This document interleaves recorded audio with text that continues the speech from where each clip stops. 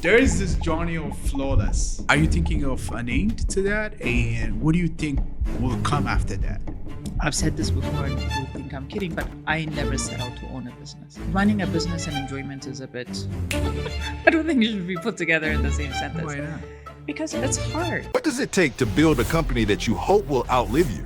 And what happens when the founder never actually wanted to be one? We sit down with our guests of Flawless Events to talk about the exhausting grind of excellence. Burden of detail, and the looming question every successful entrepreneur faces. What's next when this was never the plan? I went to the US. I felt the racism. You lived in the US, spent time in there, and you never had any idea what is happening in there. I didn't see it as racism. I think ignorance is a bliss. Yeah. I'm not saying it wasn't there. I just didn't recognize it as such. Do you understand Gen Z? Yeah, well, they'll have to adapt to the flawless way. They weed themselves out as well because there's no time to TikTok your way through events. Oh, I think the difference with the younger generation now, they're telling me on a regular basis that they need work-life balance. And I'm looking at them going, I don't know what that means. On the contracts, it says weekend and evenings are workable hours. So I'm like... Is there any challenge that you want to conquer after this as an event?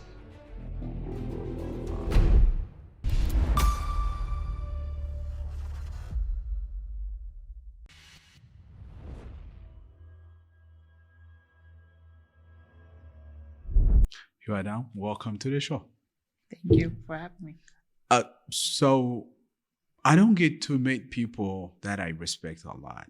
I respect a lot of people, but if I don't feel like I respect the person, I prefer not to meet that person because I am somehow upfront like you are, maybe. I highly respect you and I'm so glad that I get to have this conversation with you today. Thank you. Thank you for having me. All right. I'm not going to focus on what is that important thing, that big thing, flawless, but I choose to focus on who Yoadan is. So let's start from the introduction, then we'll go into the details. Okay. Who's Yoadan? Yoadan is an only daughter to parents. I'm born here in Addis, raised in Addis, finished high school here. I have grew up in middle-class family, loving parents. I have an older brother and a younger brother. Finished here and then went to the US for college and fast forward. Sure. So a lot is out there about Flawless. It's your company. It's an events company. It's really popular. I like what you're doing, but I just want to have the understanding of the background and the making of all those things. So thinking about all those things, what I keep thinking about is behind the strong woman, there is a family. There are parents and people around that family. So I want to gauge the impact of those individuals. Tell me about your parents and how you grew up in Addis first, then we'll go to the US stage. Sure. Yeah. No, it's interesting because most of the time when people ask you and you kind of have to figure out how do you make the connection between that young self, how you grew up and then where you tend to be. And a lot of the interviews that I've done, we don't actually talk about that. So I haven't had a lot of opportunity to reflect on that. So we're going to reflect together. Absolutely. Okay. So from what I can remember, my parents always worked. Okay. So I had a working mother and a working father. My memory starts with them working in the government office. And at that time during the military regime, I clearly remember the uniform they had to wear depending on the salary that they earned. So my dad had a higher salary than my mother did. But, professional on both sides, even though she had to wear a uniform, my mom was always well-dressed, or she looked like she was well-dressed. All right. Pretty hands-on mother more than a father. Your typical traditional 1980s and Western calendar. They did everything they can to make sure that we received pretty good education. We grew up just, for that generation where we were left to be, you go outside and you play with whoever that you can find. You fight, you bleed, you come back, you just make it work. As the only daughter, my mom spent a lot of time with me and my hair. That's a struggle of a lot of mothers, but it was a weekend activity. And we saw them socializing a lot. So weekend was their time. Well, their friends came and they had there wasn't much in Addis at that time. So they didn't go out a lot, but they gathered a lot of people around them. So I watched my parents being super social. It was a fun house for them, especially. As kids, we just thought it was pretty normal the way that we were raised. Pre-strict parents, especially on my older brother, but strict parents, professional, working parents, and especially my father, very focused on education. Especially with my older brother, he wanted to make sure that he always got straight A's. He always challenged him. While as I got a little bit more lenient of oversight, my mother was always proud of anything that we achieved, as long as we were healthy and we were in school and we went from one grade to another. She was happy. It didn't matter if you were a straight A student or a straight D student and passed. She was always like, go Bazinelish, go for it. While my father was very about, where's this grade? Why are you not, and so, they kind of balanced each other out. I had an uncle who didn't live too far from us. So we grew up with our cousins, just literally walking back and forth from each other's house. And he was also a very social person. His house was the party house as well. He gathered people around him. So we grew up with that. You don't need to have a lot, but as long as you have people around you and, laughter and party and whatever, that was the environment that we grew up in. But my father was always strict about school. And so as I was finishing high school, Ethiopia at that time, I think the private sector was just start opening up. It was a mixed economy. And then the government kind of said, it's opening the private sector. And my dad made the jump. So he was with I could be getting this wrong, but I remember him being in the government. And then he was with, I think, Ethiopian Insurance. So that generation know him very well. And then somehow he transitioned into the private sector as the market was opening up. And he found a space where he could be a supplier for foreign companies that were starting to enter the market. And as I was finishing high school and there was a transitionary government going from military to the APRDF leadership, it was time for me to make a decision. What's next? And really, my decision. My parents make decisions. And I remember a conversation around the table and somebody asked, I don't remember who it was, but what do you want to do? So what's next? I said, I want to be a hostess. And because that was a big deal at that time, really, you looked up to these women. They were like, oh, wow, she's a hostess. Or, oh, wow, he's a captain or pilot. And my dad just said, no, you're not going to. My daughter is not going to be a server in the air. He said, no, you're not going to do that. I was like, okay, then I'll be a secretary. Because my mother was a secretary. And walking into her office, she always, she looked good and she looked busy. And I liked, just all her entire package. And he was like, no, my daughter's not going to be a secretary. I was like, well, okay, well, I'll take typing classes just in case. And I did. I took typing classes. And so I didn't really have a clear understanding of what I wanted to do. I knew my uncle did some sort of business, but I wasn't sure what it was. Side note to that, my aunt had, and still, it's a famous restaurant at that time. And she was a pioneer in her space, Summit Restaurant, Old Airport. Yeah. And I remember us going there just to hang out, and because my mom would go and to spend time with her. And I was always curious to be in the restaurant, and I would work with the cashiers, and I would ask if I could do the service and stuff like that. But everything that she did, I thought she was the boss. It was a buzzing restaurant. It was pretty busy. You didn't have a lot of private restaurants at that time. So Summit was a landmark at that time. And so just, I got to see her as a role model as far as what you can do. But again, it doesn't really click. She was a strong woman. She fought with the government. She fought with her, but she was respected by both men and women as far as how she was leading her restaurant. And it had really good food. And so it's that kind of up until the age of 17, that was what I was surrounded by. All right. So one thing very exceptional about the whole thing is, I know you care about excellence now. I know you care about quality. the in what you do right now.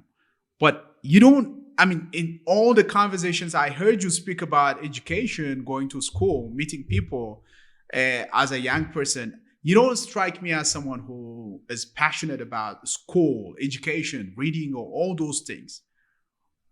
Where does this need or seeking for excellence come from if it is not from all those journeys? Okay, I love reading. All right. I don't love school. It's a good question. I think,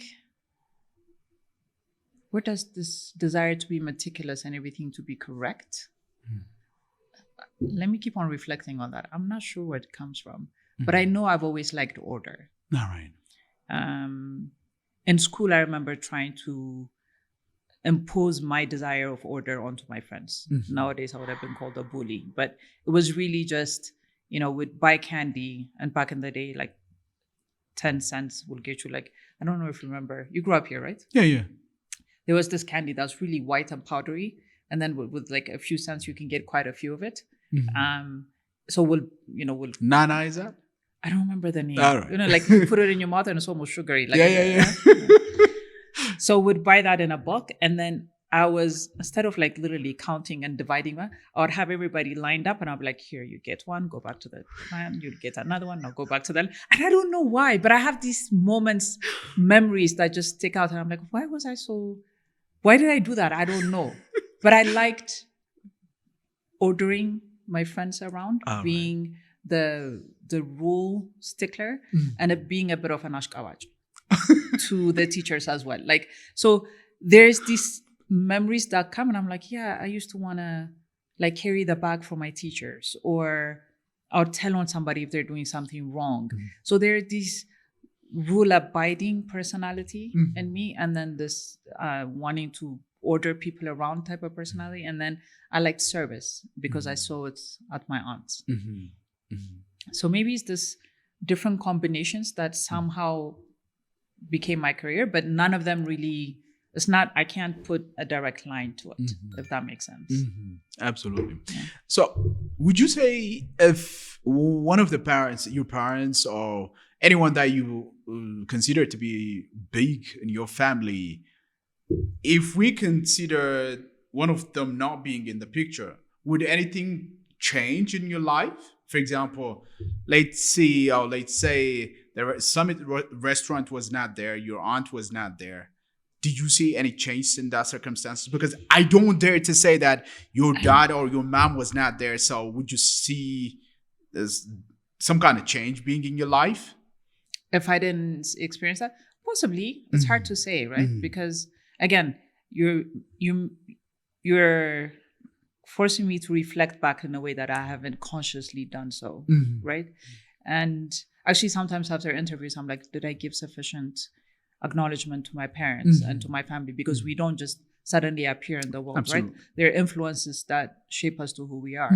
I know that I grew up in a stable family, a loving family. We were provided with what was necessary. There's no extravagant at that time. Like, the basic is what you got. We enjoyed being around friends. You enjoyed the simple things in life. It wasn't, I remember on Sundays you couldn't drive, right? So you had to take taxi. So it was a tradition where we'd take taxi, go to Ambassador, watch a movie, walk to China restaurant, and then take the taxi back as family. So you have these, simple joys of life that kind of held us together as a unit, as a family. If my aunt didn't have the restaurant, would I have an understanding of what service is? I don't know. It's hard to say, right? Because I don't have any other experience to compare it to. All right. So you enjoy going to the movies, you watch movies, and in the US also you party and you go out with your friends, you have all these cheerful moments. But you grew up during the time where everything was really strict, the dark regime.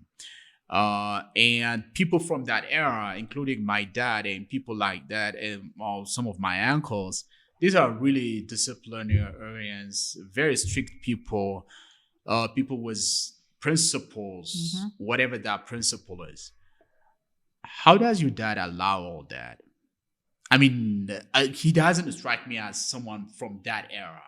I would agree if he is from this era, and I mean, a father who allows his daughter to go out and play and have fun, but that time was a different time. So, can we say that your dad is an exception? No. He was very disciplinarian. He was my mother was the strictest. All right. When he got mad, he got really mad. So I could push them, and I'm the only daughter. So as the daughter to a father, I always knew how to be on his good side, right? And so he had a softer side for me. When I say go out and play, it's literally you go outside of your compound, and with the neighborhood kids, you're playing football, you're doing jump rope, you're just goofing around. There was no going out necessarily, right? By the time I finished high school, again, they were exhausted by my older brother. So by the second child, we all parent differently. So I was able to push the boundary a little bit and saying there were some clubs that had opened at that time. They allowed me to go out. And again, because my brother was such a rebel, I was the rule follower. Everything he did, I did not do, because I would watch how he got in trouble and then I'll be like, nope, not doing that. So I was always the good girl compared to him, right? So by the time I was 16 and 17, I could ask, and like I said, you parent differently with every child. So they were a little bit looser with me than they were with him. So I could say, and it's like, okay, can I go out and can I do this? I could push the envelope and I'll be given a card to go out and so forth. So it was, I became, my puberty hit at a good time as Ethiopia was opening up and becoming a little bit more private. And again, I was always the good girl. So it's not like I would suddenly become the bad girl. And so it was just, the timing was great. But my father was always very strict when it came to, like I said, education was very important. I remember I tried to fake my grade once because I had a really bad grade in a class. And literally, I mean, it's so great to be a kid. The entire paper is littered in red. Okay, wrong. And I think I had like 1 out of 10 was it. And you had to get your paper signed, right? So, and my dad always used to come home late and my mom was always home early. She wants to make sure we do our homework and so forth. So I quickly turned the 1 into a 9 or something and made her sign. Bless her heart. She looked at all that red stuff and still signed it. And then you go to bed early by 8 p.m., 9 p.m. You have to go to bed. Then my dad came. And I don't know why she showed it to him. She showed him, I think, proud. My dad used to be he was police and so he looked at it and said, something does not add up. And I got some serious whooping. He woke me up. Wow. So it's one of those where you're like, okay, I should never cheat. So from that sense, he's quiet, he's more hands-off, he lets our mother to be the disciplinarian. But when it comes to ethics, doing the right and the wrong thing, there was no gray area for him. So, and he was the same as the other parents. They have that, they were assured in their rightness. They were ethical. They believed in the greater good of things and so forth. So those things from the day-to-day things they do, from the way they help families, from the way they welcome families from far and near, you pick up those things. You learn empathy. You learn how to be generous with your time and money. You learn that family is always welcome. All those things that as Ethiopians that we have, where you go in the West and when people get bothered by, oh, your mother is here for 3 months, that must be hard. And you go, why would it be hard? That's my mother. Even after you're married, your in-laws come, you're like, oh, they're coming, great. You make them feel comfortable. When you look at interracial marriages, they go, when are they coming? When are they leaving? How long are they staying? You're like, you don't ask all these questions, just, they're here, they're parents, you just let it be. So you learn those things from your family though, right? So he was not an exception. Okay. I was thinking about the different things and I was like, oh, that guy's different. No. That was my assumption. All right. Take me through your early times in the US after leaving for the US and actually starting education in the US. That was a shock to the system, Mhm. right? You grow up in an environment where you're super protected, you know everybody, you're in your community. And then I went to the US in the early 90s when there's no internet, there's no regular phone calls and so forth. So I went to Nebraska. Mhm. There was nobody that I knew around me. It was a very small college, so it was an apartment with a college.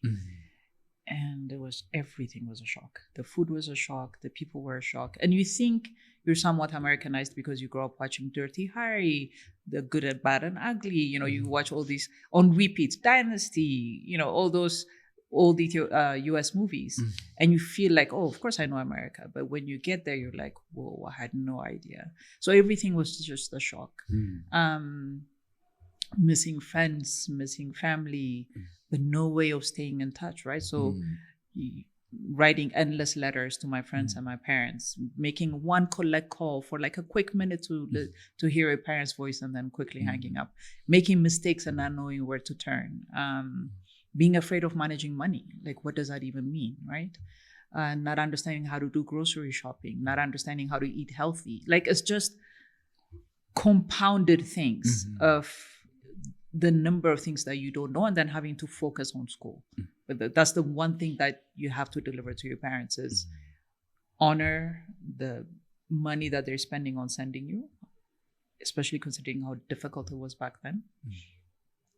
And that's the one thing that you can focus on. Study day and night, make very limited number of friends, and just learning the system of what it means to live in America. It was with friends, we always look back and say, man, we were blessed not to have gotten in any trouble, not to have fallen to the waywards. And yeah.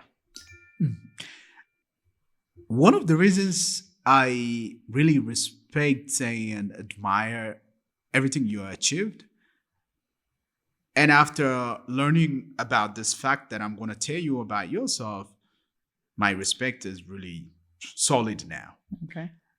In one of the interviews, I heard you say you didn't understand racism. No. For example, I went to the US and spent some time there, and a guy looked at me a certain way, and I was like shocked. I felt the racism. I went to Europe and I felt it everywhere. You lived in the US, spent time in there, and you never had any idea what is happening in there. I didn't see it as racism. I think, really, I'm surprised that you felt it. Like right away? Right away. Really? Yeah. Let me give you the scenario. Yeah. Like, so I went there and we were taken to places.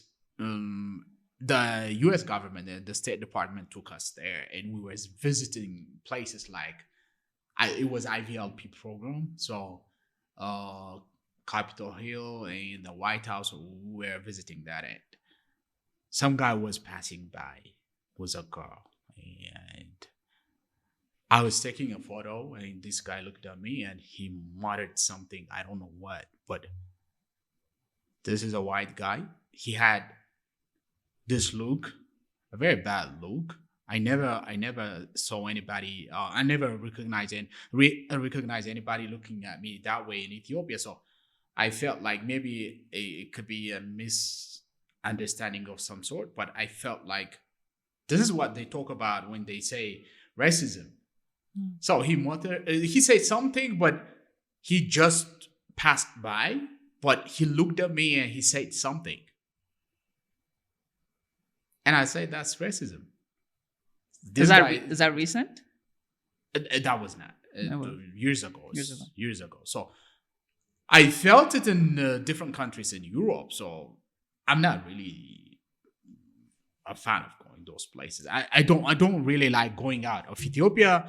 But if I go out, I like to spend like maybe finger counted days, 5 or a week, really? Then come back to Ethiopia. That's what I prefer. But I was shocked. You lived in the US, like went to school in Nebraska.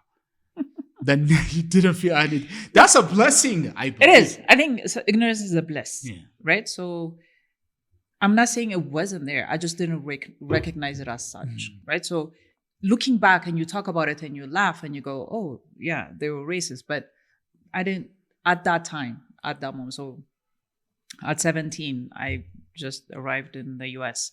I'm in a small town called Bellevue, Nebraska.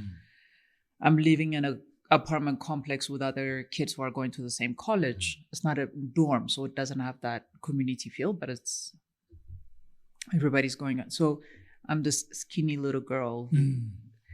And I say, I'm from Ethiopia. And they go, oh, you are? How come you don't have flies over your head?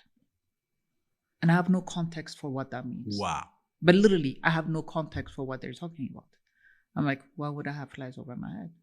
And another one would say, oh, your stomach is not big. And I'm like, why would my stomach be big? Wow. Right? In retrospect, yes, of course, they were being ignorant about it. But I honestly did not understand what they were referring to. Because flip it. When you're growing up in Ethiopia, during the famine, what is our exposure living in the city? It's limited. Yeah. Everything is censored. So what the West is seeing, I'm not seeing. Yes, you have an understanding that there's a problem in the country, that there's famine happening, but the way that is narrated and the way that is told within the city and your family is very different. So at that young age, so at that time, what am I, 11, 12, 13? It's not a day-to-day conversation, not in the space that I was in. You don't get to watch TV that much. The channel comes on at a certain, and that government was not showing that on a daily basis because that would be telling on themselves. So the one time that we did see it is when We Are the World came out, right? And limited number of people would have the video cassette, and you would watch it and you're like, oh, this is for us. And it's, for Ethiopia, and you're like, but you have no understanding of where this is happening. You're just excited to watch Michael Jackson. Yeah. So let's put it in context of where. So when these people are saying that, that's all they've been watching about Ethiopia, right? My Ethiopia at that time, limited to Addis, Ababa, Sodere, and Langano at best, is not my day-to-day experience. So if he says that, for me, it's a joke I don't understand, and I move on. I don't dwell on it. I can't Google it. It doesn't exist. You don't have anybody else to talk to it about. You're the only Ethiopian in that building. You move on, right? You go someplace and, I try to get my hair done. They look at it and they touch it and they say, we don't know what to do with this. I'm like, okay, they don't know what to do with it. Like, why would I take offense on things? You know what I mean? Wow. So I would go someplace, I'm shopping. If they're following me, I'm like, great, they want to be helpful. Yeah, do you have this in my size? Yeah, let's go figure out my size together. Like, what experience in my life in Ethiopia would prepare me to say every interaction that doesn't feel super supportive is racist? Like, there's nothing to put that into context. Yeah. So you fast forward, now you're starting to hear about it. You're living in the US. There's this whole conversation on, but it's not my lived experience. Wow. It's about the African Americans and the white Americans. I'm not either. I'm an immigrant, an Ethiopian student, eager to go back to Ethiopia. Can I get the grade? Can I finish school? And can I already leave? So I'm not in that, I think you have to live with it to really. Absolutely. So when others identify it, I look at it as, oh, maybe the person is just having a bad day. What does everything have to do with race was my thing. Because I didn't recognize it as such. Now, the more I learned, the more I read books like Malcolm X, Martin Luther King. Actually, his was more neutral. Malcolm X was, extreme. Yeah. You start to tune in into other people's experience. So the empathy comes in. And instead of arguing and saying, look, I went to school in the US and I got my degree and I'm doing fine. It's really understanding, so the systematic issues that you've lived with has held you back. Well, as I come in the middle, and I have not grown up in that system, in the system that has held you back. So of course I can sit on my high horse and say, oh, it's your own fault that you're not where you are. Well, as me as an immigrant, I'm a little bit further ahead. So kind of that ignorance that I had, calms down. I start to recognize it more. I still never take any direct hit from it. There's some examples where you're like, and honestly, ignorance is a blessing. They'll put you in a restaurant and you realize you were put in the back corner, but you're with your friends and having fun. And at some point you look up and you say, oh, how come we're in this back corner? The entire restaurant is. But food is good. We've had our food. We've had our fun. And you're like, oh, maybe they were being racist, whatever. And you move on. Like, it doesn't hold you back. You know what I mean? Because you don't really carry that legacy with you. So it's not anything that I could not pinpoint and say, I did not get this, or I did not get to where I should have gotten in the US because of the color of my skin. I cannot say that. I mean, it's amazing. I still respect the fact that you and your friends were indifferent. Maybe your friends, if they were like you were indifferent to it. That's fantastic. Yeah. That's fantastic. But now, because we are actually given this resource, or the internet is there and everything is interpreted as racism, and there is a lot of labeling happening in there. So we have the awareness. Yeah. It's so amazing to have that mentality, because it cannot affect you. I wouldn't even call it ignorance. You don't care. I mean, as long as it's not affecting you in any way, it can happen, but you don't care about it. That's smart. Or you don't recognize it, or you don't. Yeah, it doesn't hold you back because it's more. Yeah, because it has nothing to do with me anyway. It's your view. So honestly, I moved around thinking, oh, she's having a bad day, or and I thought it was funny, and I used to tell the story as it was funny, because somebody said, "Oh, I'm so sorry you felt that." I was like, "No, I'm not offended by it." I thought it was funny. I'm having a conversation with a woman, like literally and then she said, "Oh, I hear an accent," and we were, I think she was a librarian. I don't remember. It was something that I was asking her. I was like, "Oh, I hear an accent. Do you have an accent?" I said, "Yeah, I'm from Ethiopia." And then she goes, "Oh, that is so nice. So how long have you?" So she started speaking really slow. And I thought it was so funny, because we were just having a normal conversation. I'm like, no, I can still understand you. And then I answered her questions. And then for me, it was just funny. I was like, oh, guess what happened today? But it wasn't, so it's all about how you view things. Absolutely. The other thing that you mentioned earlier is loving reading and not loving education. You know what it is? The way that school is run. Yeah. Right. I went to lycée, and education was very top down, study hard, and I was not a good student within the lycée context. I was not a good student. I barely made it grade to grade, and so I did not enjoy it. I think at that time, if there was medication, I would have been put on ADHD, because half the time I was not there, right? I lacked focus. I remember my mom always went for teachers' parents meeting, and they'll tell her, she's almost out the window all the time. And I never understood it. I'm like, but I'm very quiet. I don't do anything. So they were saying, like, mentally, this girl is not present. But I literally took it at, what are they saying? But I'm not a hyper child. I'm not like trying to fly out of a window, right? So there's lack of recognition of which kid is tuned in and which kid is not tuned in. I was not tuned in. And so I didn't enjoy lycée. I didn't understand anything. By the time I graduated, I understood nothing. I knew nothing. I recalled nothing about history. I did not understand geography. I definitely did not understand any of the sciences, right?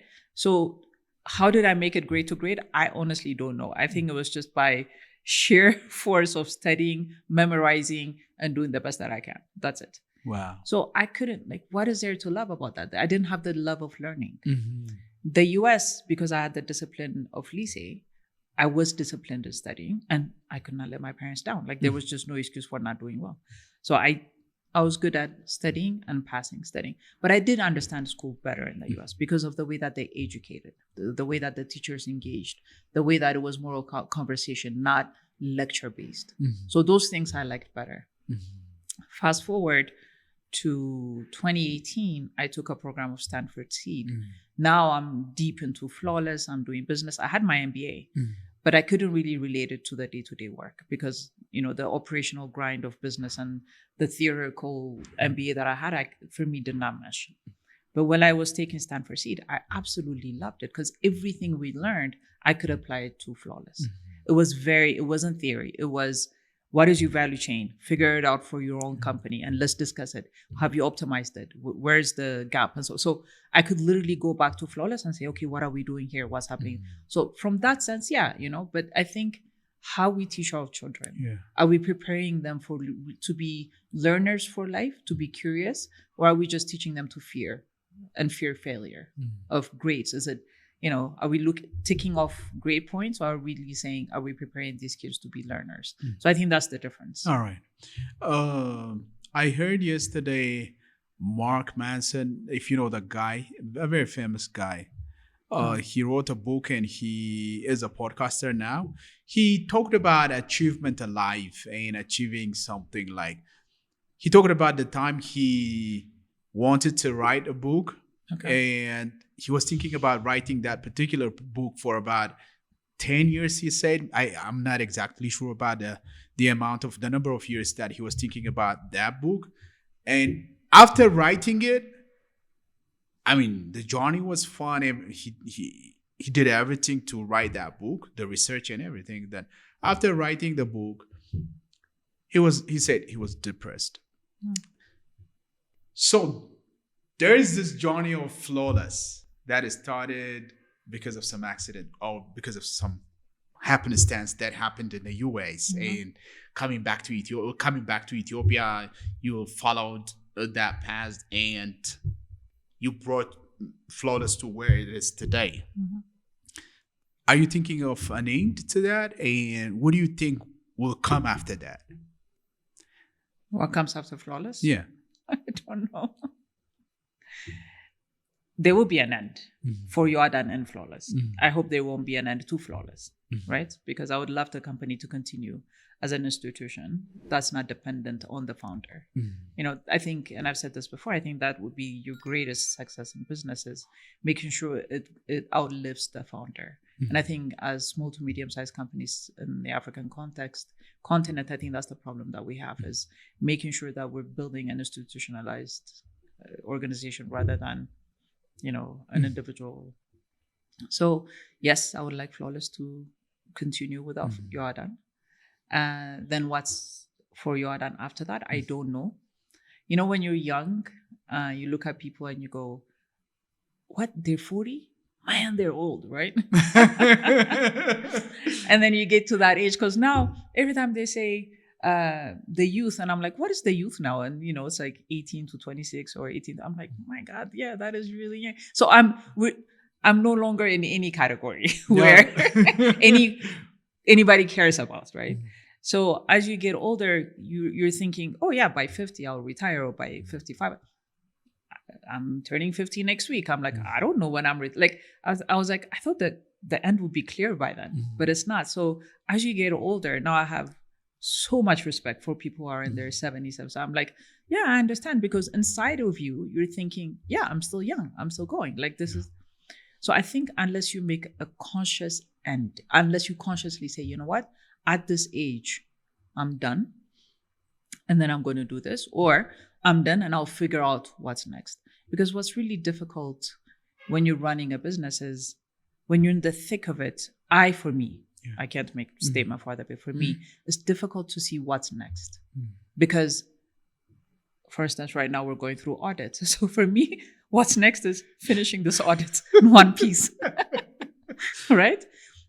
That's what's next. So when I'm in the thick of the day-to-day, I have found it very difficult, because I get this question a lot and I don't have the answer. I don't know what's next. But I don't want this to be my next 20 years. Would you say you enjoyed the journey? I mean, the reason I ask you that question is because I know you as a very hardworking person, caring about every detail, caring about excellence. There's a burden coming with it. So there's a responsibility every week or every month you have a big event. So you care about each and everything. I don't know if it is changing now, but you're still the one thinking about the macro and the micro, and filling in the blank and or everything. So I have this doubt in my mind is Yoadan enjoying every journey of it, every step of it, and how do you feel about that? Interesting questions. So I'm not 100% hands-on anymore, All which right. is great. So I have, with the help of other professionals, I have built a leadership team around me. So people who are responsible for their finance, for people's management, and I mean, I still have to make decisions, but I don't have to be part of the every detail on a daily day basis. For instance, I was in the elevator earlier, and someone I know said, "Oh yeah, we have an event on Wednesday." I said, "Oh great," and he goes, "With you guys?" I said, "Oh, you do? Oh," or I said, "Oh, we're doing the event." I'm like, "Oh, that." And he's like, "Yeah." I'm like, "Oh great." And honestly, that makes me happy. The fact that there are events that I'm not aware of, like. What? That's awesome, right? That's growth for me because I used to be part of every event and now I'm not. And for me, that's great. And when people get shocked and say, wow, that was a great event and we didn't even see you, I'm like, okay, good. But I'm like, but I thought that's what we were all aiming for, which is we want our companies to be independent of us. We want to build a team that can run without you, right? Otherwise, it's not sustainable. Do I miss that time where I used to spend 24 hours in the office and be? No, I don't. I wish the build up to it didn't have to be as painful because it is exhausting. I wish I know how to build a good team from the very beginning, or at least 5 years or 10 years into it. It took me too long, I feel, and I wish new companies would understand the value of having really capable people around you and building together from the beginning rather than after you're burnt out. I've said this before and people think I'm kidding, but I never set out to own a business. I never set out to be anything, so it doesn't matter. But I always thought I would be a great employee to somebody, right? And it could be the US mentality where it's get hired, earn, buy a house, have your dog, have your kids, whatever, you kind of buy into that American culture, dream, whatever you want to call it. So I never thought I was going to be a business owner. So I didn't have this dream for Yoadan. The other one I had clarity on. Good person, hired on time, will do over deliver and so forth. And now I forgot the question. But about the enjoyment, the journey.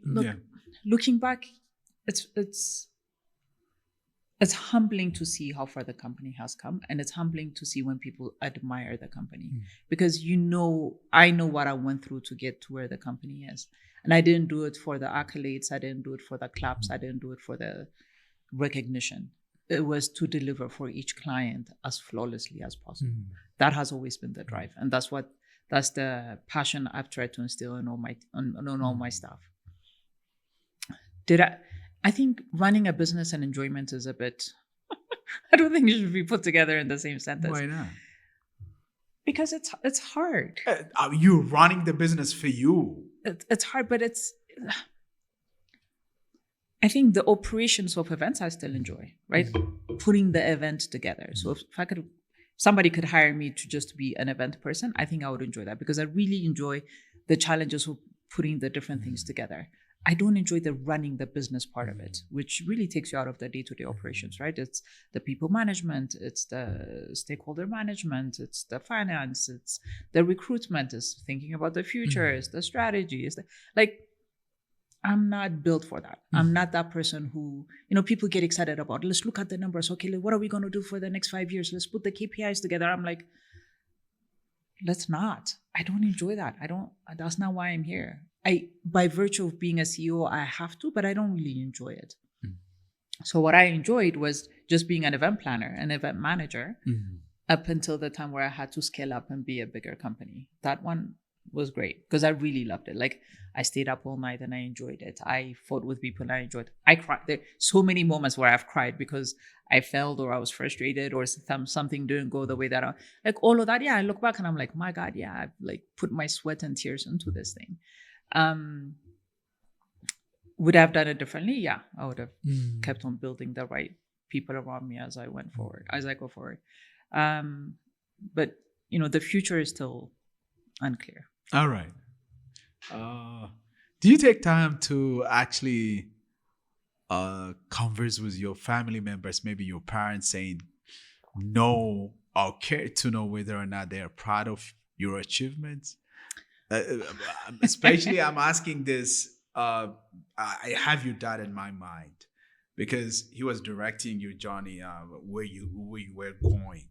Like Education. you want to be a flight attendant, and he said no. You want to be a secretary, he said no, and he has something in mind for you. Yep. You are the person you are today, and your company is a company that is today because of you. So my parents are super proud. Do they express this? Oh, okay. So my mother is proud at all times. I sneeze and she's proud of the way that I've sneezed. Everything we do, all of us, all three children, she is proud of everything we have done, everything we have not done. For her, there's no failure in her kids. We are the superstars of her life. Like she loves her house, she loves her family, she loves her kids. Like there are no other better families for her. This is it. Okay. And she lets you know at all times to an embarrassing degree. Wow. And now she has grandkids. She's proud of all of them, and equally, and she lets you know on a daily basis. My father is also very proud, but he's your typical father in the sense he's proud of your achievements, very specifically. Okay. And we have this example that we all love. He's one of those Hilton lifers. Okay. So he's there with his friends having a drink. I was in Ethiopia. Had I moved? I think I had moved. And then my brothers were here visiting. He could not be prouder. So he said, come to Hilton, let's have a drink, whatever. There with my husband as well. And he's introducing us to his friends. And this is the way it goes. My first son, chartered engineer. My daughter, she has her own business, an MBA. And my third son is a surgeon. And that's her husband. No name. Our names were irrelevant. And we all looked at each other and said, okay, he's Lalaf, I'm Yoadan, he's Yafet, he's Marav. Like, we have names. And he literally just said, ha, ha, ha, and took a sip of his drink. And that embodies my father. Like, he is so proud of our achievement, and it was so important for him. He referred to us by what we did rather than by our names, right? In his own way, that's what made him proud, right? So that was, like, between the two, there was no failure. Like, wow. They were very loud about our achievements. And wherever he went, if, we run into somebody, he's quick to say, this is my daughter. She has a business called Flawless. Like, he was my number one promoter. And because of the way that he ran his business, I used to call him, he passed away 3.5 years ago. I used to call him the mini mayor. I used to call him the mini mayor because he knew everybody. And that generation kind of knew each other. And he also transcended generations because he also related to younger people and he knew them as well. He knew that father that I knew who loved to socialize and party in the house extended to the entire city. So he knew a lot of people. He helped me open doors for Flawless at the beginning because I didn't know how to open. How do you get a license? I don't know. Memorandum of Association? What? Articles of Association. I'm like, what are those things? I don't know. Like, he literally took me to all of his network to make sure my documents were written properly. Then you go here. And then he would call me 2-3 times a day. Where are you now? What are you doing now? And then I used to tell him, I think at that time I was like in my 30s. I'm like, I've lived in the US by myself for X number of years. You don't have to call me every day, twice a day to find out where I am. I'm like, it's none of your business. But he literally was invested in the success of it. And every time somebody said, I know your daughter, or I've heard of Flawless, like, he was the proudest. So yeah, our parents are the loudest parents when it comes to being proud of their kids. I'm so glad to hear that because you don't get to express, you don't get to hear Ethiopian fathers and the Ethiopian parents in general expressing their happiness about whatever you achieve. They tell you in different ways. For example, if you happen to contribute to an event or some kind of occasion, they say such and such was thankful about your contribution, and we are happy, we are proud about that, Evan. But they don't tell you that you achieved this and this is happening in here, and they taking pride from that as not something that I witnessed. Really? Yeah. That's the reason I asked you about that. About your kids, there is time lost, I believe. I don't know how you interpret it, because working 24 hours and dedicating your time to your business, there is a time that you lose with your kids. How do they feel about that? And is there any... They don't know anything different, so they're fine. I am the mother that they got, and they have the father that they have. Look, I think it's, how do you miss something you didn't have? Yeah. You know, like, we can be nostalgic about it, and we can say, oh, maybe I shoulda, coulda, woulda, but it did not happen, and it's fine, right? So the fact that I had my parents live here and my husband's parents as well, we knew we had a very strong foundation of support. My parents took my kids to the hospital. My parents were more in tune to the fact that my kids were not feeling well. My dad was the driver to my kids' school back and forth. And he did it with so much joy. Like, he absolutely enjoyed doing that part. I didn't ask. We did ask. Like, we asked a couple of times, and then he just took over. My mom enjoyed being a grandmother, and for her that showed up through feeding them, making sure they're fine, taking them to the hospital when they sneezed twice. Like, those kind of things that they didn't do for us, they did for them. Same with my husband's parents, just loving them, right? So when you have that kind of support, you suddenly have the freedom to run around. Now, maybe because I grew up in a household where both parents worked, for me it was normal that I work. I grew up in a household where my parents were out of the house until it was curfew time. So we were fine in the house as siblings. We fought a lot. There were a lot of blood that my parents never saw. We were at the mercy of the maids. I turned out fine. Okay, yes, there are bruises here and there, but I turned out fine. Like, it's okay. It's part of life, right? Okay. So do my kids, I have 3 boys. So were they fighting a lot? Probably. Did I miss things I should have seen? Most likely. But if you ask them, would it be different if your mom was home at all times? They could possibly say yes, but they don't know because they didn't have that, right? But when we had vacations as family, no, I'm going to lie now. Even on vacation, I used to work. So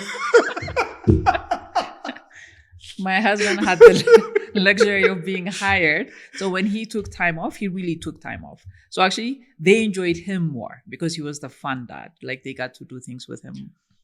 All right. More that for me was, I'll wake up at 3:00 in the morning, catch up with Ethiopia, and stress about every little detail, because at that time when they were young, I was also very young with Flawless. So I was very hands-on. I was controlling. I wanted everything to be perfect. So I was very absent. I was present but absent, if that makes sense. But they turned out to be great guys. They're really cool. All right. Okay. Do you understand Gen Z? What age group is that? Your kids. 20. So my oldest is 22. Is he Gen Z or the one after? I don't know. No, he's Gen Z. 22 is Gen Z? Yeah. I understand him. I'm not asking the question. I'm directing the question because towards your relationship with people that you hire. Okay. The ones coming out of university, college, and they have a different need, different understanding of life and what life brings in general. So for example, myself, I failed to understand what they need and what is happening around there, because what is trending today doesn't trend tomorrow, and a week after that something else trends. So these kids have a different desire, a different understanding of the world. So I mostly say I don't understand Gen Z. I'm millennial. I'm right before them. Okay. Do I understand them? Do I need to understand them? Yeah, you're a business person. You own a business. You hire these people. But well, they'll have to adapt to the Flawless way. They have to adapt to the culture of Flawless. They have to. There is no, like for me, there is no negotiation when it comes to delivering to client. You deliver it the flawless way, you don't have to be here. Like there's no negotiation. Like no, what are we negotiating on? I don't understand. Well, for example, you're coming to the office in the morning. One of the kids who has some responsibility at Flawless is watching a TikTok video and laughing it out, just enjoying. No, that's not happening. But at the same time, that person is delivering on the task.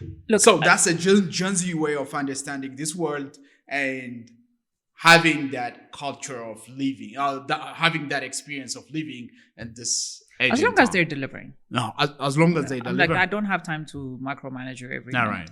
But you've promised the client to deliver something by this date on this time. You need to be delivering. If you're not delivering, I need to understand what was happening on your plate that did not allow you to deliver. But this la-di-da person attitude of, and look, and they come and then they weed themselves out. Because I know, especially the creative space, I don't think it's every Gen Z, to be honest. Yeah. Because we have some young, we hire university students to run the registration, to be the kids who are in the room, passing on the mics, coordinating shuttle services and so forth. They're on point, honestly. Like if they're not, you will know by the second event, I don't want them back. You will know. And it's not just me, it's also my staff. They weed themselves out as well because there's no time to TikTok your way through events. There's just no time. You have 300 people coming towards you trying to pick up their badges. You better be on point. You better be, you know what I mean? So the nature of the business itself doesn't allow you to be. But within the event space, you also need creative people. And these are the people who are creating the logos or the designs to be printed on the banners or the whatever it is. Now, those are very difficult. And I wouldn't say it's an age thing. I'll just say it's a creative thing because we've tried and we're still actually struggling trying to hire people who would come in at 8:30 and probably not leave until midnight if it's necessary. And it doesn't happen. They roll out of bed and come whenever they want. And we're going, what? We had so many things we needed to deliver to the client. That doesn't work. So we've learned that we don't do well with freelancers because their time is very free and ours is not. So there's certain where we're very clear. Our expectation is absolutely clear. And then what I love about them when we do run into them is they're honest about, I'm not going to come in the morning. Like some will tell you I'll be there in the morning and then they don't show up. And then for me, that's it. Like it's just one shot and it's gone. But I think there's still a lot of kids who are very disciplined. Honestly. I agree. I completely agree. Yeah. Are you still upfront about things? Yeah. It's not because I want to. It's just I don't know what else to do. No. Like what other way? Who has time to beat around the bushes? We just need to be honest with each other. We Ethiopians. No. Yeah.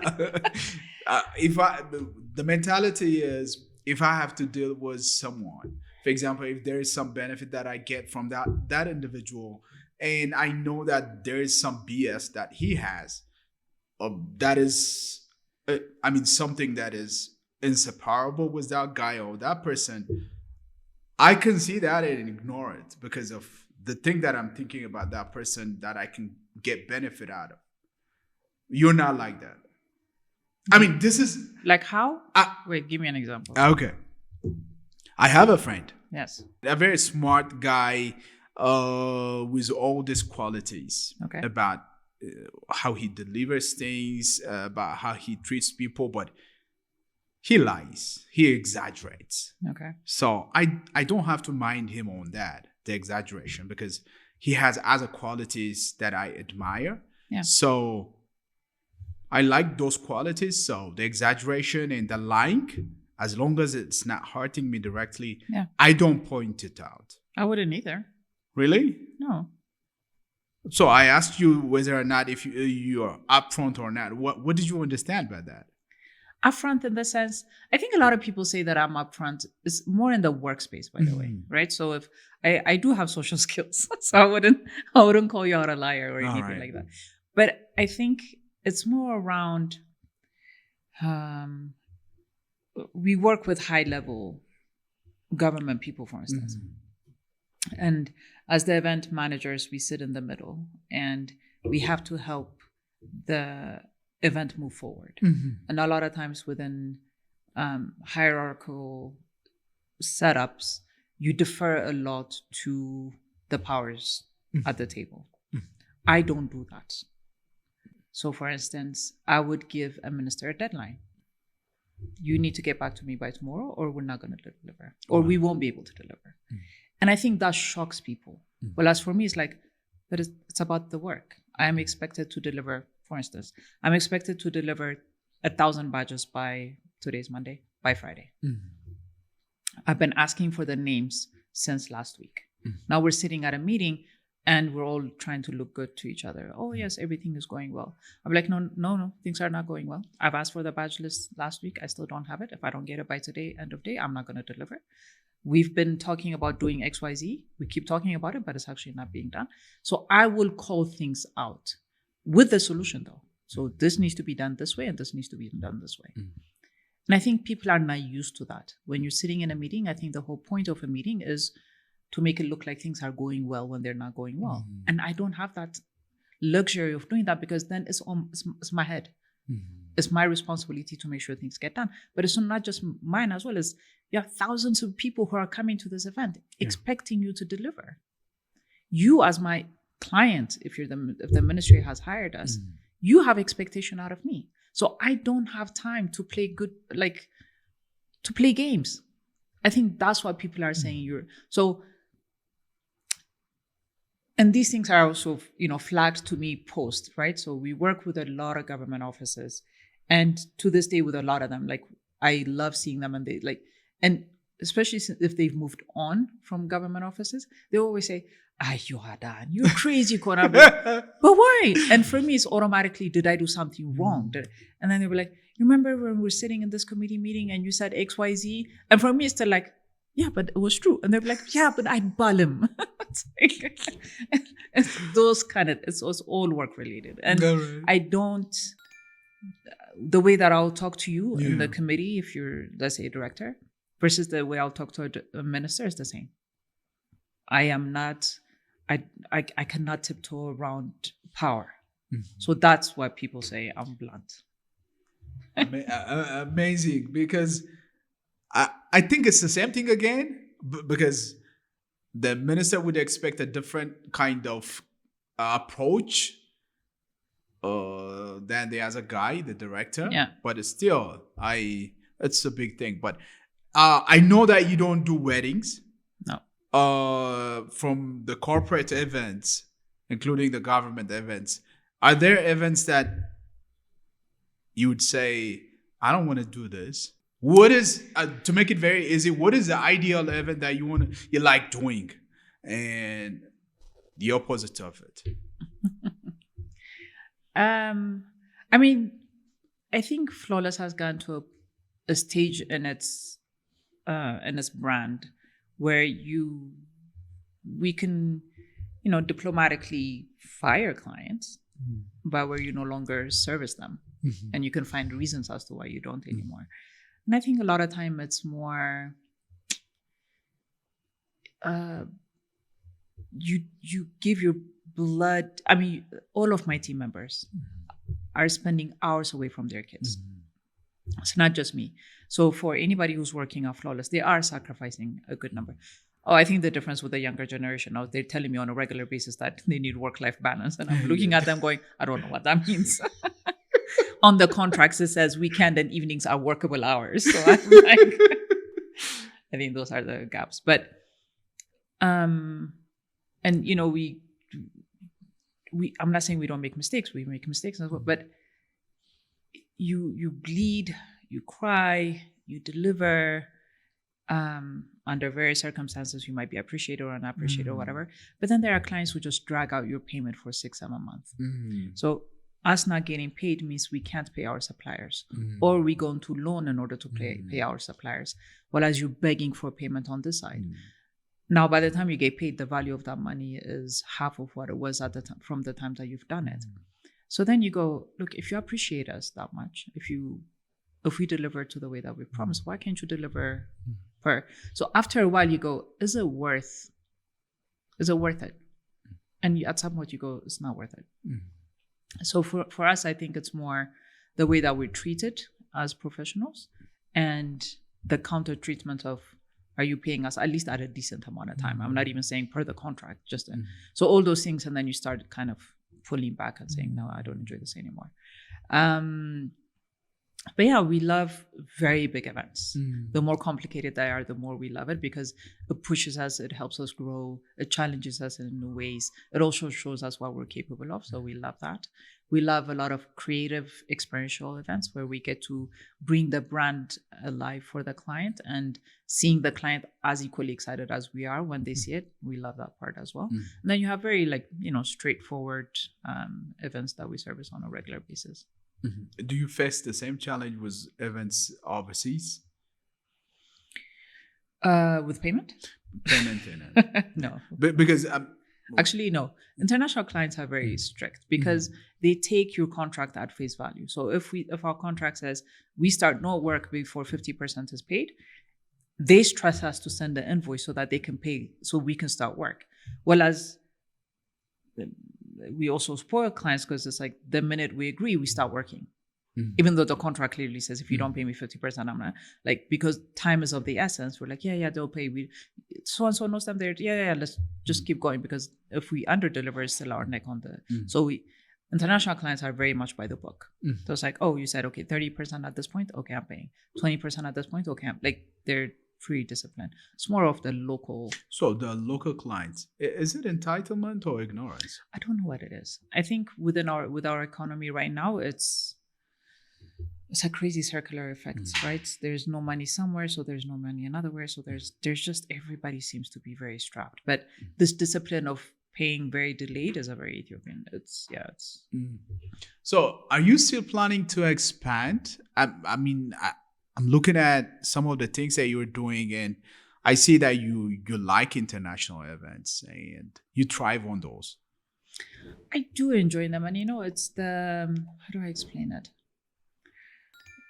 Usually when we have an international client, it means that an event that's happening outside of Ethiopia, the client is also outside of Ethiopia, the suppliers are outside of Ethiopia, and almost all of the stakeholders are outside. But somehow we're able to talk to each other across different time zones, find reliable suppliers, communicate purely online, and everything comes together. There's trust, there's professionalism, there's communication. You prove things through, send me a picture of this, let me see how you're doing that, and then you go on site and things come together, and they don't require us hand holding the entire process. So I love that about it. And I think the industry needs to mature to that level where if I've ordered a very specifically this mug, you've sent me a sample, you've agreed to deliver, today's December 8th? On December 15, because I need it for December 16. Deliver on the 15th. Don't make me lie and say I need it on December 11, because I know you're going to under-deliver and I'm going to have to beg you for the 12th. And there's this almost culture in the industry that's really frustrating. So if I tell you I need this delivered on the 15th at 8 a.m., why do you think I'm lying? And you're bringing it on the 15th at the end of the day. So now we get in this unhealthy relationship of, okay, I'm going to give him a deadline that's not at the actual deadline. And that comes because, I don't know, we lack the professionalism of communicating and saying, hey, something has happened. My machine broke down. Power went out. Generator blew out my machine. Be it what it is. Communicate it at the right time. Don't tell me when it's the day to deliver. Oh, I didn't have power for 2 days. What? So why don't you tell me when it happened on day one? Oh, you might all be So that not understanding the role, the effect that every under delivery has on you makes us, we act like babysitters. Yeah. And it's exhausting. And it really, one of my team it was a really small event. And every time somebody says it's a small event, and then they go, maybe I shouldn't say it's a small event. She was up until 3:00 in the morning because the supplier was not there. How is that fair? Right? So, but she can't go home because the event is happening at 8 a.m. So she has to make sure everything is set up and done. She barely has time to go home, rest a little bit. And then she has to be there by 6:30 because the event's starting at 8. Then she has to get everything else. The supplier has gone home and slept. So they don't care, right? So it's that lack of consideration for your supply chain that makes it a little bit harder here. And I enjoy it more there because if they say things will be ready on this date, it is ready on that date. So I think we just, All right. the industry needs to get there. I understand, and I agree. I hear you complain about one thing. I don't know if I have to characterize it as complaint or something like that, but being asked similar kind of questions about flawless and repeating that all the time. What would you say is a spot on, or what would you say is that is okay? That is great question if you are asked today now, because I don't want to be labeled as those people who are asking. Do I say that? No, I think in general what I've said is and it's not. I don't think it's. I don't know. You're gonna get me in trouble. It's more. I don't want to do that. I can change it. Like no, you know, it's a common theme. There's and the question of as a woman. Yeah. So that part, but having run a business and being in a community of other women who also run businesses, and also being in a community of men who run businesses, our problems are the same. The only difference, okay, maybe it's just my difference, is men don't talk about the problem. Honestly. Yeah. There's a way of camouflaging fake understanding or dealing with it. But when you actually get in the depth and ask specific questions, men also say, oh yeah, I didn't know that. It's like, why don't you ask that? Because there's this assumption that men know more than women. No, it's just women are more vocal when they don't understand, and they will say it out loud. At least I would. Right? So the challenges of running a business are very similar. Honestly, they are. There are systematic issues around giving financing to women and so forth. That as a maybe. Outside of that, though, the challenges that we have for running a business is either we don't have a sufficient reflection on our own weaknesses, and that goes both for men and women. For the longest time, we used to sit around with my men friends who run businesses and complain about how we're losing staff, how they leave us for a small amount of money, until I realized I was the problem. I made no argument as to why anybody should work for Flawless or with Yoadan. I had no management skills. I didn't have the right compensation structure. I didn't know how to build a proper culture. It was toxic and crazy because I just drove for excellence and didn't take into account for what they really needed as human beings. I had to wake up and say, oh, I was the problem, right? How often do we vocalize the challenges that we have and really, and so for me, it's when we trying to talk about running a business, let's not belittle it by saying, as a woman, no. Our challenges are resources. Our challenges is not being qualified enough to run a business, but because we own it, we feel like we have to run it. And not being able to separate what it takes to run a business versus what is it that you're operationally strong at. Like, do you identify who you are within the business? So those kind of things are common across the gender. So what I did, and I never had a perfect answer because the same way I was blind to the racism, I'm blind to the sexism as well, right? So I don't walk in a room and feel like, oh, I'm a woman, now it's an issue. I walk in a room confident that I know what I'm about to talk about. Now, for instance, put me in front of a banker. I'm uncomfortable because I don't know what I want from them. And I don't know the different products in the banking system. And I don't know if I really should ask for 50 million or 100 million. Right? So my own lack of what I'm really sure of, I would sit in front of a fan and be like, yeah, I need a loan. But come on, I'm a good customer for you. I don't have the right words and tools. and I would not go out and socialize with you over drinks so that we can further talk about the loans, right? Men have those kind of advantages, but it's also my own weakness because I talk to my other women business owners and they're really good at negotiating with banks. It's just my personal weakness that I don't have that. So it's my weakness. Am I going to then say, oh, women have this problem? No, I have that problem, but other women don't. Like today I was at everybody's favorite office, Gabioch, and I was arguing with them because some of the things they were saying did not make sense. And then I told them, look, farine, like I fear authority. So I'm not going to cheat. I'm not going to bribe. I won't give you bribe. I won't take bribe. I do things by the book. We're very meticulous about how we keep our books. And I said, because of that, and I was telling him something, he goes, I'm like, just because I'm arguing about the way we're keeping our books and what our expenses is and doesn't mean I don't fear authority. Again, like, I know what we did as flawless. I know we were not trying to cheat you as government. I will argue that till death. We could agree or disagree. እሱን አልፈራም ምክንያቱም I didn't do anything wrong. ግን ፍራቻ ስላለኝ በመንግስት በኩል you know what they say, like, as a business person you've either been to prison, you're on your way to prison or የሚባል ነገር ስላለ እሱን ፓርት ስለመፈራው I try to do everything by the book. So ሴት ስለሆንኩኝ ብዬ መንግስት like ገቢዎች ጋር ስለተቀመጥኩኝ there goes my subtitle in English for the Amharic. Sorry. There's certain things you just have to say in Amharic. But I don't walk into Gabioch and say, oh, because I'm a woman. I don't. I walk in just to say, my God, I hope our books are clean.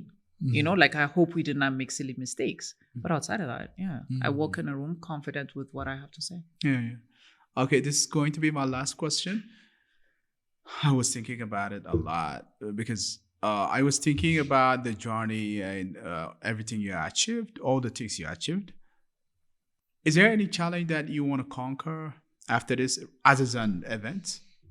Yeah, figuring out what's next. It's a huge challenge. I'm dead serious. One, because it is like, look, like I said, I blinked and I'm 50. Right? Because inside of me, I still look at that 18-year-old who used to dance around. Like, so it's like, okay, if that feeling that you have inside in you, that you don't actually feel old inside of you, right? Depending on how you've lived your life. So yes, age is just a number, but whether we accept it or not, it's going, right?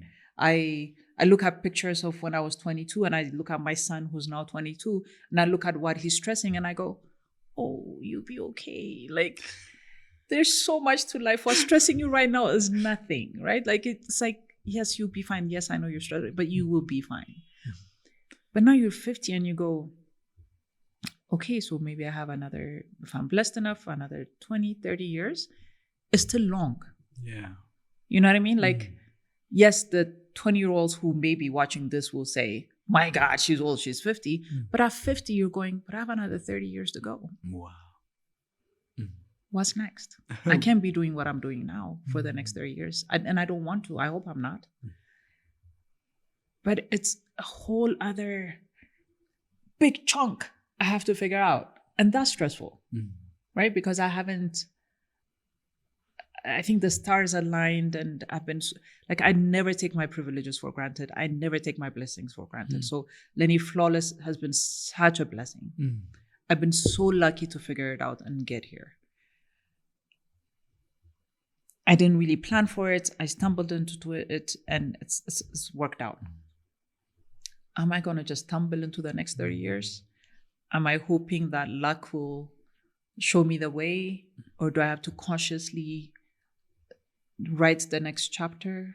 I don't know. And that's a huge challenge. Like, we talk about it with my husband as well. It's like, what's next? What are we doing next? We're almost we have 3 years and then our last child would leave the house. It's what's next? You still have the stress of the children. You want to make sure that they're well placed, that they're independent, that they're comfortable in their life.